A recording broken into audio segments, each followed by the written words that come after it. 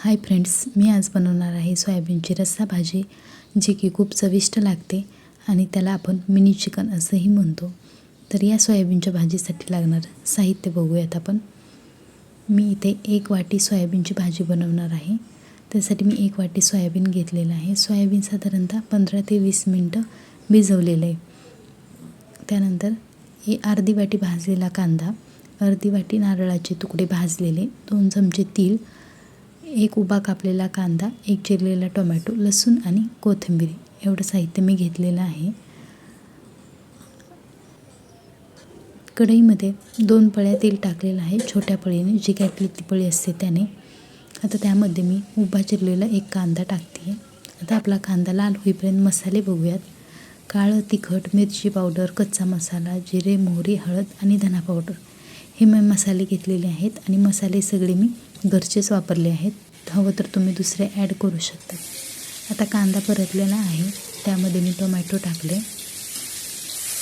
कांदा परतल्यानंतरच टोमॅटो टाकायचं, दोन्ही सोबत टाकायचं नाही।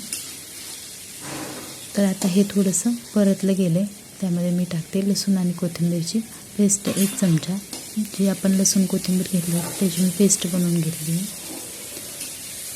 हे परतून झालं की आपण त्यामध्ये जे बारीक केलेलं तीळ, खोबरं म्हणजेच नारळ आणि कांदा जो आहे तो त्याचं जे वाटण मिश्रण आहे ते मी टाकणार आहे।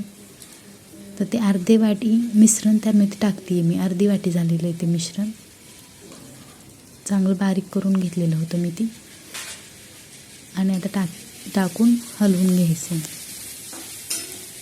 2 ते 3 मिनिटं चांगलं परतून घ्यायचं ते। 2-3 मिनिटानंतर आपण मसाले ॲड करायचे त्यात।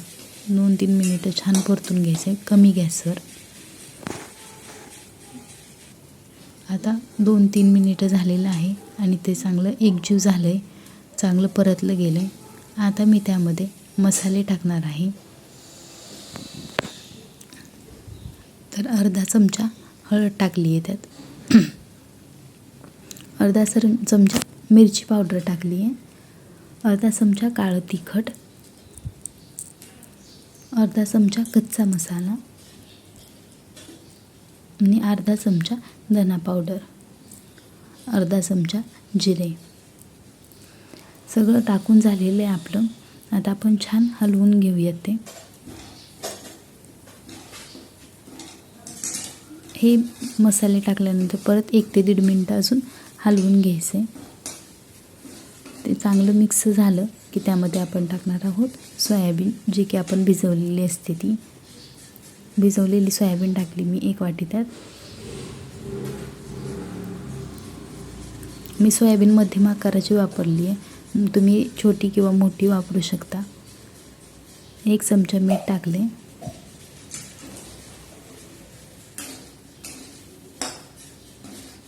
आणि छान हलवून घ्यायचे। सोयाबीनला सगळा मसाला लागला पाहिजे, अशा प्रकारे हलवून घ्यायचे। तर हे 3-4 मिनिटं हलवून घ्यायचे चांगलं।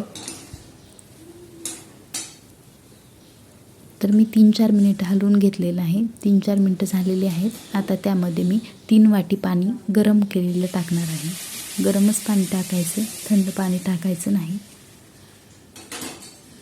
ज्या वाटीने मी 1 वाटी सोयाबीन घेतलेली होती त्या वाटीने मी 3 वाटी पाणी टाकलेलं आहे आणि गॅस फुल करते आहे। उकळी येईपर्यंत भाजीला गॅस फुलच ठेवायचा आहे, नंतर गॅस कमी करायचा आहे आणि 15 ते 20 मिनिटं सोयाबीन शिजून द्यायचे कमी गॅसवर। कोथिंबीर टाकते मी वरून। आणि आता आपल्या भाजी केलेली आहे त्याला 15 ते 20 मिनिटं झालेली आहेत आणि आता आपली ही सोयाबीनची भाजी रेडी आहे। रेसिपी कशी वाटली कमेंटमध्ये नक्की सांगा आणि तुम्हीही करून पहा। व्हिडिओ आवडल्यास लाईक करायला विसरू नका। व्हिडिओ पाहिल्याबद्दल धन्यवाद।